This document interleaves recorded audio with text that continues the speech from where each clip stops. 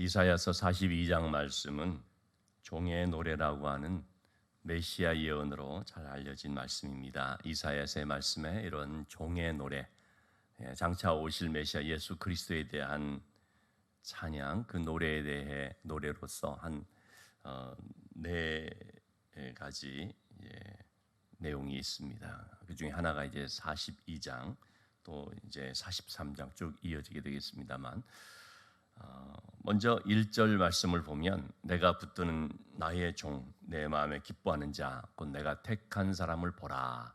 내가 그의 영을 그에게 주었은즉 그가 이방의 정의를 베풀리라.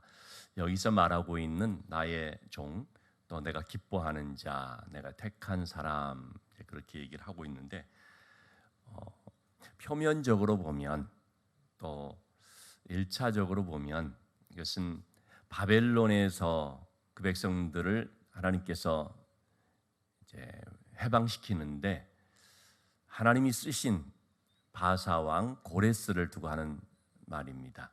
하나님께서 이 고레스라고 하는 사람을 통해서 마침내 이스라엘 백성들을 그 바벨론 포로 생활 70년 포로 생활에서 돌아오게 하시죠.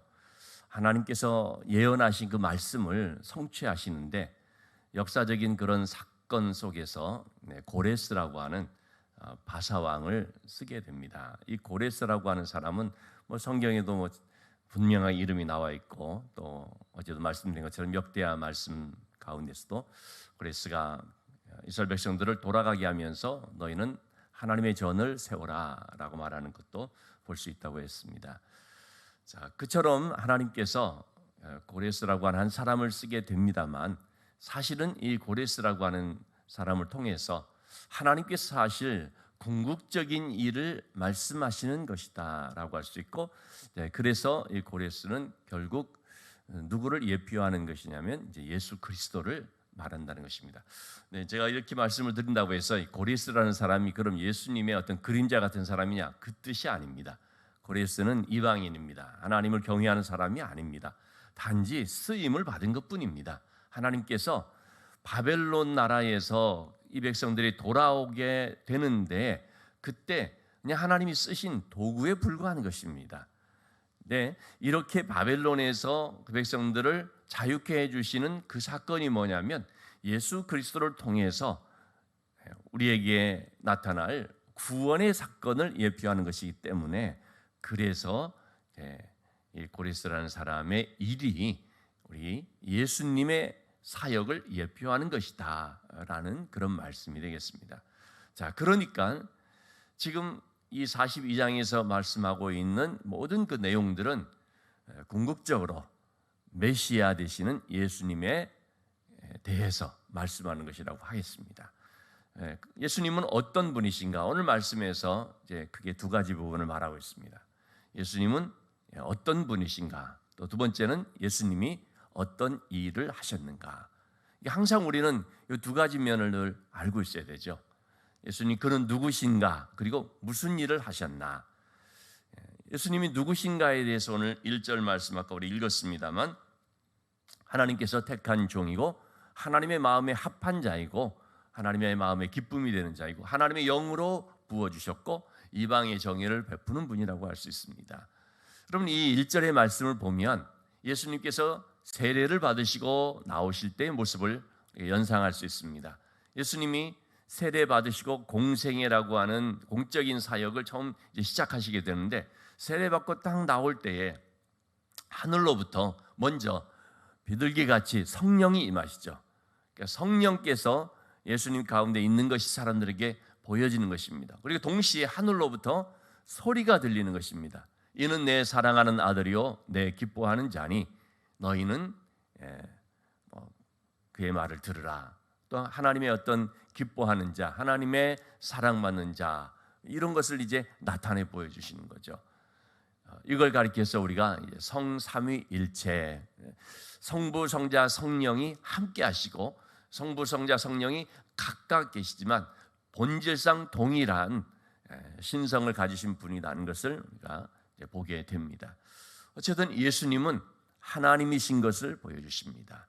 하나님께서 붙드시고 하나님께서 성령으로 충만케 하시고 하나님이 기뻐하시는 분이신데 그 예수님은 성부 하나님과 함께 하시는 성자 예수님이시다. 성자 하나님이시다 하는 것을 볼 수 있죠.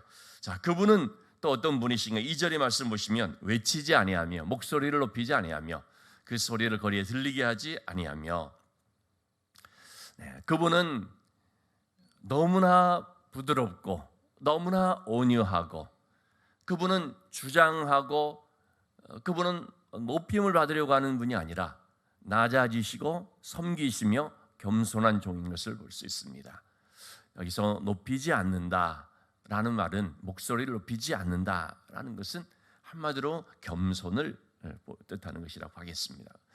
그분은 낮아지셔서 하나님 되시는 예수님이신데 종의 형체를 가지시는, 그럴 정도로 낮아지신 겸손의 왕이십니다. 그러면서 하나님의 이 뜻에 죽기까지 복종하셨다고 했습니다. 그것이 십자가에서 죽으신 거죠. 자, 3절의 말씀 보면 그분은 상한 갈대를 꺾지 아니하며 꺼져가는 등불을 끄지 아니하고 진실로 정의를 시행할 것이라고 했습니다. 여러분, 상한 갈대나 꺼져가는 등불이라는 것은 세상적으로 보면은 하찮아 보일 수 있는 것입니다. 별로 쓸모없는 것처럼 보일 수 있습니다. 그래서 그냥 쉽게 꺼버립니다. 꺼버립니다. 그러나 우리 주님께서는 상한 갈대도 꺾지 않는 것이죠. 꺼져가는 심지 같은 모습도 귀하게 여기시는 것입니다. 예수님께서 사역을 하는 그때 이제 많은 사람들이 주님께 나와서 고침을 받고 은혜를 받고 하지 않습니까? 그 중에 회당에서 주님 말씀을 가르치실 때 한 손 많은 그런 사람이 앉아 있는 것을 보시고 자리에서 일어서도록 하고 고쳐주시죠. 그런데 이렇게 한 손 마른, 참 어떤 점에서 보면은 상한 갈대와도 같고 꺼져가는 심지어와도 같다고 할 수 있습니다. 이러한 한 손 마른 장애를 가진 사람이라든지 너무나 어려운 그런 형편에 있는 사람들, 이런 사람에 대해서 바리새인이나 서기관들은 어떻게 합니까? 이용하려고 하는 것입니다. 예수님이 저 사람의 병을 고치나 안 고치나 보자. 안식일인데 고치는가 안 고치는가 보자. 근데 이런 식으로 그 한 영혼을 불쌍히 여기는 마음이 있는 것이 아니라 이용하는 건 대상으로 삼는 모습을 보게 됩니다. 참 우리가 이 세상을 살면서 느끼는 것이 그런 게 아니겠습니까? 힘이 없고 연약하고 그러면 이 상한 갈대나 꺼져가는 등불과 같은 처지에 있는 사람들에 대해서는 참 함부로 취급을 하고 무시하고 때로는 이용하고 하는 그런 것들을 우리가 좀 보게 되지 않습니까? 그래서 안 되는데, 그런데 사실 세상의 모습, 세태의 모습이 그런 것을 봅니다. 그런데 주님은 그렇지 않다는 것입니다.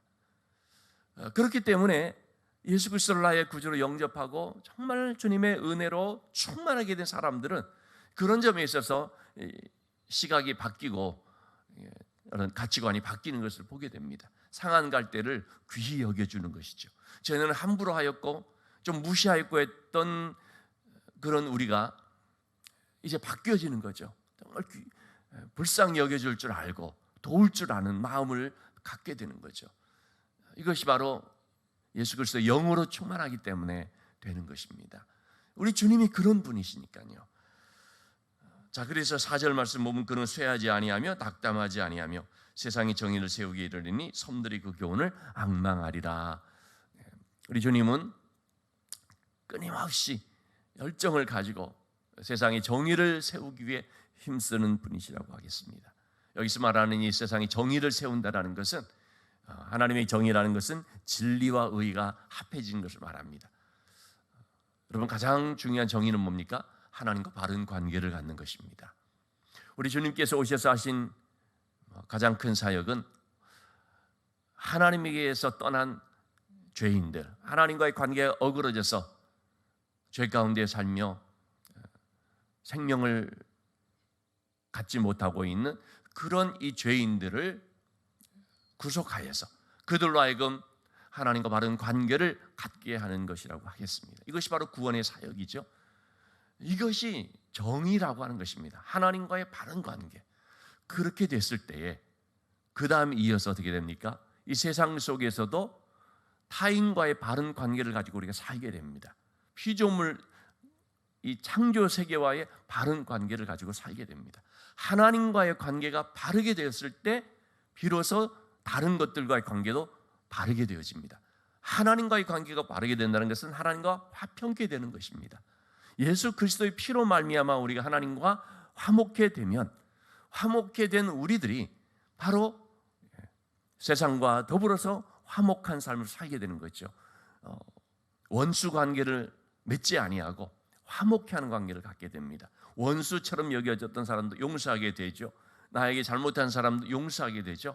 그리고 하나님 말씀하신 그 귀한 계명대로, 즉 사랑하라, 이 말씀을 가지고 살게 되니까 하나님과 바른 관계를 가진 사람만이 이웃과 바른 관계를 가지고 살게 되는 것입니다.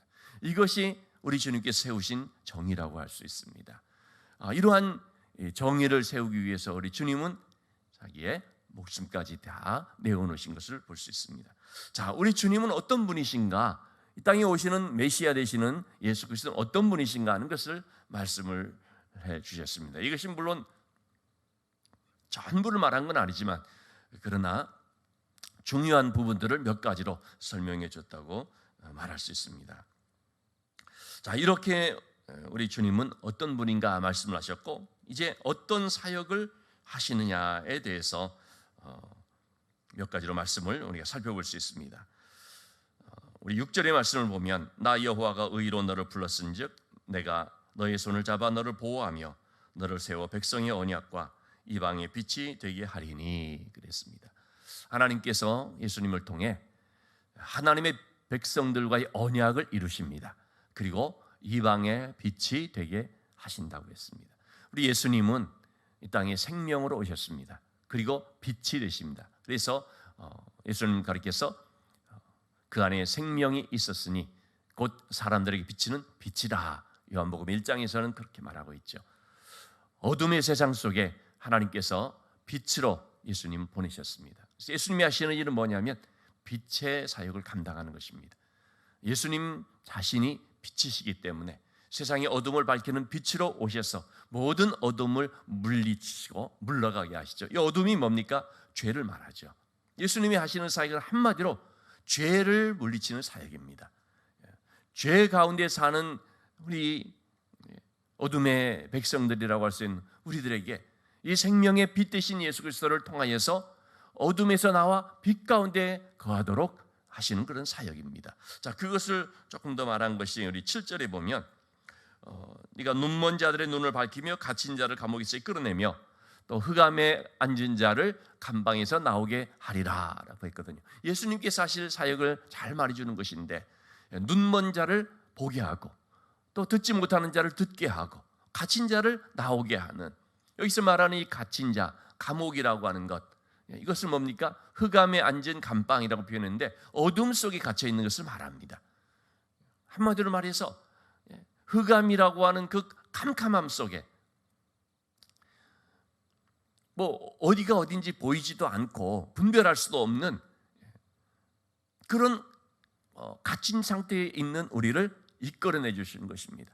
갇혔다라고 표현을 했지만 사실은 뭡니까? 안 보이는 것을 말하는 것이죠. 왜 안 보입니까? 죄로 인하여 눈이 어두워져 버렸습니다. 한마디로 말하면 시각장애인처럼 맹인이 되어버린 것입니다. 여러분, 우리의 눈을 어둡게 혹은 우리의 눈을 보지 못하게 하는 것이 뭡니까? 죄입니다. 우리가 흔히 돈의 눈이 멀었다 혹은 어떤 쾌락의 눈이 멀었다 그런 표현을 쓰지 않습니까? 죄라고 하는 것은요, 우리를 눈멀게 만들어버립니다. 못 보게 만들어버립니다. 이게 흑암인 것입니다. 그리고 이것은 흑암의 감방과도 같은 것입니다.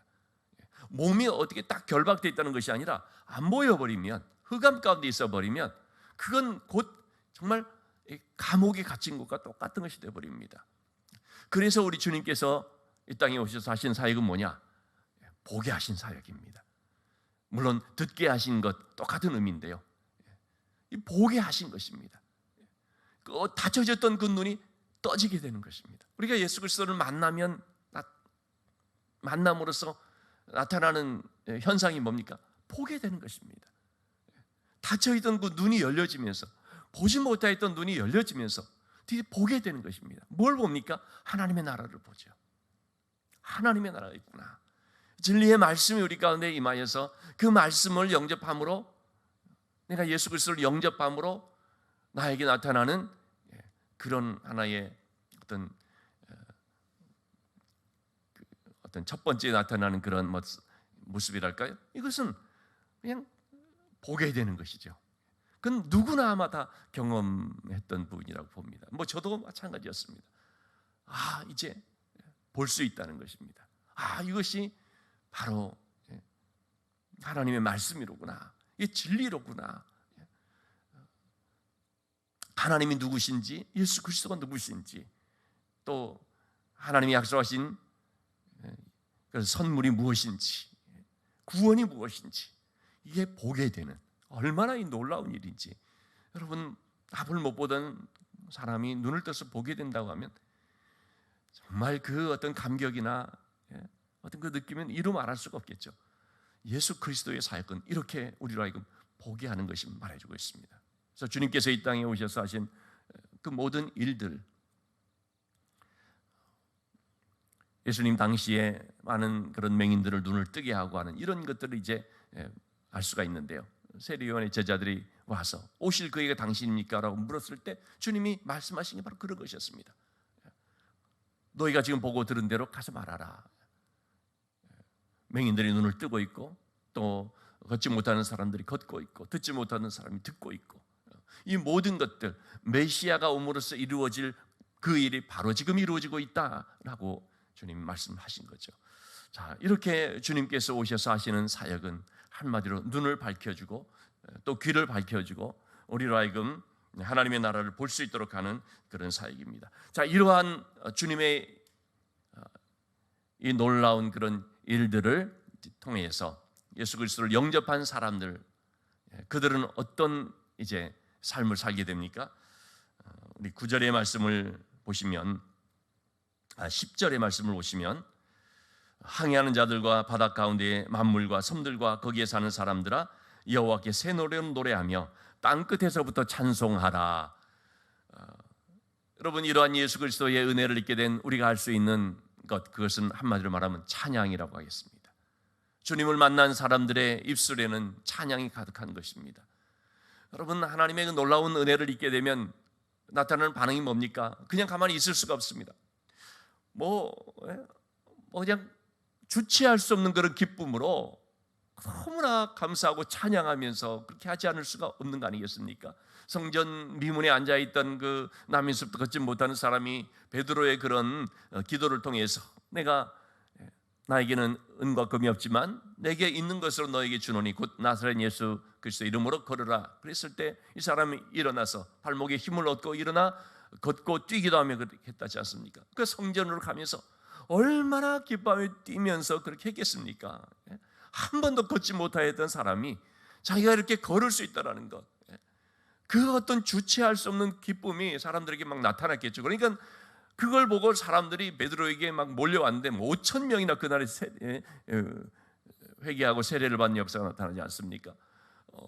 그 한 사람의 어떤 그 기쁨, 보지 못한 사람이 보게 되었을 때 그 기쁨이라는 것은 어떻게 표현할 수가 있겠습니까? 얼마나 감사하며 찬양을 하겠습니까? 바로 이것이 예수 그리스도를 만난 자의 반응, 어떤 태도라고 말할 수가 있습니다. 눈이 열려졌는데, 구원을 받았는데, 여러분, 죽어가는 자가 또 죽은 자가 새 생명을 얻게 되는데 그냥 있지를 못하지 않습니까?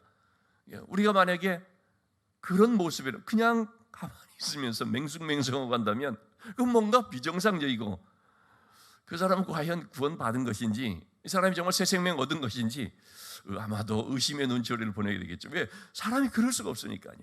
너무 감사해서, 너무 기뻐서 그냥 막 찬양이 터져 나오고 벅찬 이런 감동이 막 주체할 수 없이 막 흘러넘치는 것 아니겠습니까? 바로 그런 것처럼 먼데 있는 사람들이나 가까이 있는 사람들이나, 항해하는 자들, 바다 가운데 만물과 섬들, 거기에 사는 사람들아, 여호와께 새 노래를 노래하며 땅 끝에서부터 찬송하라. 막 새 노래가 나오는 것입니다. 여러분, 우리도 항상 이 새 노래가 있어야 됩니다. 다시 말하면 새 은혜를 늘 우리가 체험을 해야 된다는 것이죠. 옛 노래가 아니고 항상 새로운 곡을 만들라는 뜻이 아닙니다. 새 노래라는 건 뭡니까? 마음이 새로워져야 새 노래가 되죠. 똑같은 찬송을 하더라도 우리의 이 마음에 은혜가 새로워지면요, 그러면 찬양도 새로워지는 거죠. 그래서 항상 이러한 하나님의 은혜를 경험하면서 새 노래로 찬양하도록 말씀을 하고 있습니다. 우리가 그렇게 해야 되는 거죠. 자, 그런데요, 이렇게 하나님의 은혜를 체험하는 사람들이 있지만 끝까지 이 은혜를 거부하는 사람들도 있습니다. 우리 18절의 말씀을 한번 보시면요, 너희 못 듣는 자들아 들으라, 너희 맹인들아 밝히 보라, 그렇게 말합니다. 이렇게 주의 복음이 전해지고 있는데 듣지 못하는 자가 있고요, 또 보지 못하는 자들이 있습니다. 다시 말하면 영접하지 않는 것입니다. 근데 그들이 누구냐? 19절에 보니까 맹인이 누구냐? 내 종이 아니냐? 누가 내가 보내는 내 사자같이 못 듣는 자겠느냐? 누가 내게 충성된 자같이 맹인이겠느냐? 누가 여호와의 종같이 맹인이겠느냐? 여러분, 여기서 말하는 이 맹인, 보지 못하는 자, 듣지 못하는 자, 그들이 누구라고 말하고 있냐면 하나님의 종이라고 말하고 있는 그 사람들을 가르쳐 말하는 것입니다. 우리가 하나님이 보낸 사자라고 말하는, 내가 하나님 앞에 충성된 종이야, 이렇게 말하는 당시의 종교 지도자들, 이것은 이사야 시대의 모습을 말한 것이 될 수도 있고, 또 예수님 당시의 바리새인 서기관들을 같은 그런 사람을 두고도 말한 것이 될 수 있고, 뭐 오늘날 또 해당되는 말이 될 수도 있겠죠. 누구보다도 밝히 보고 누구보다도 영접을 하고 누구보다도 하나님의 이 말씀이 이루어진 것에 대해서 감사하며 찬양해야 될 거로 생각되는 그런 종교 지도자들, 자칭 충성된 종이라고 말하는 그런 사람들이 하나님 보시기에 뭡니까? 맹인인 것입니다. 너무나 안타까운 일이죠. 남들은 다 보고 듣고 기뻐하고 감사하고 찬양하는데 예수님 당시에 성전에서 어린아이들까지 막 그렇게 기뻐하고 하니까 바리새인 서기관들이 뭐라고 합니까? 좀 조용히 시키라고. 그래서 예수님 뭐라고 말했습니까? 이 사람들이 조용하면 돌들이 소리를 지르리라. 그야말로 이 바리새인 서기관들은 돌보다도 못한 사람들인 것입니다. 너무나 마음이 딱딱하고 냉랭하게 굳어져서 지금 예수님께서 오셔서 하고 있는 그 놀라운 일들이 보여지고 있는데, 그걸 통해서 메시아 되신 예수 그리스도를 영접하고 그 말씀을 영접하면서 빛을 발견하고 새 생명을 얻고 놀라운 하나님의 은혜를 막 함께 나누는데, 그런데 끝까지 거부하고 냉랭한 가운데 있는 이러한 사람들, 다름이 아니라 누구보다도 말씀을 잘 알고 있고 누구보다도 우리가 뭐 하나님을 잘 섬기고 있고 누구보다도 우리가 이 성경의 지식에 대해서는 뭐 전문가라고 하는 그런 사람들이었던 것이죠. 참 안타깝게도 그러한 사람들에 대한 말씀을 하나님께서 하시는 것입니다. 너희들 눈이 열려야 된다는 것입니다. 그러므로 그들이 회개하지 않을 때는 빼앗기게 될 것을 이제 하반부에서 말합니다. 빼앗기게 된다는 거죠. 여러분, 우리도 마찬가지입니다.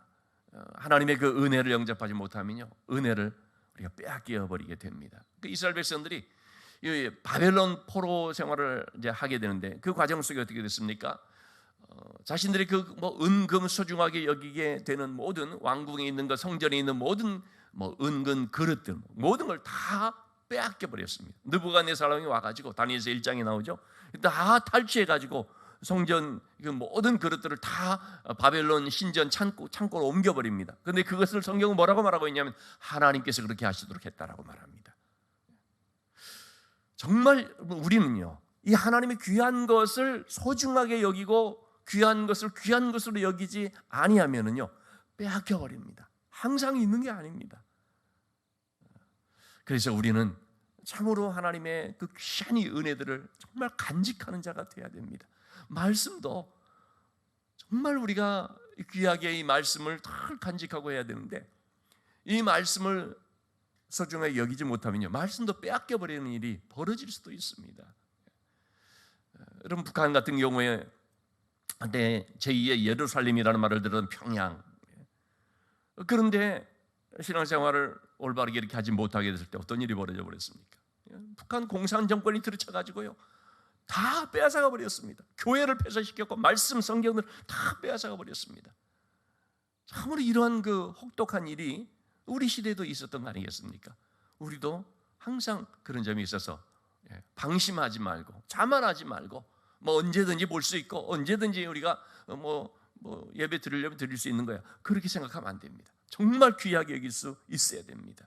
전염병 때문에도 교회가 제대로 모이지 못하는 그런 시대를 우리가 맞이했었지 않습니까? 우리는 하나님의 이 말씀 앞에 늘 겸손히 엎드려서 그 말씀을 은혜로 받는 자세, 기쁨으로 받는 자세, 그래서 우리가 받은 이 은혜를 통해서 하나님을 늘 찬양하는 삶이 되어야 할 줄로 믿습니다. 6월 첫날 우리 월삭 새벽 기도로 모였습니다. 6월 한 달의 삶도 우리가 하나님의 은혜에 대해서 갈급한 마음을 가지고 빈들의 마른 풀같이 시들은 나의 영혼에 성령의 단비를 부어달라고 하는 이 갈급한 마음을 가지고 또 하나님의 그 은혜에 대해서 늘 간직하는, 그래서 하나님을 늘 찬양할 수 있는 그런 복된 삶이 될 수 있기를 주님의 이름으로 축원합니다.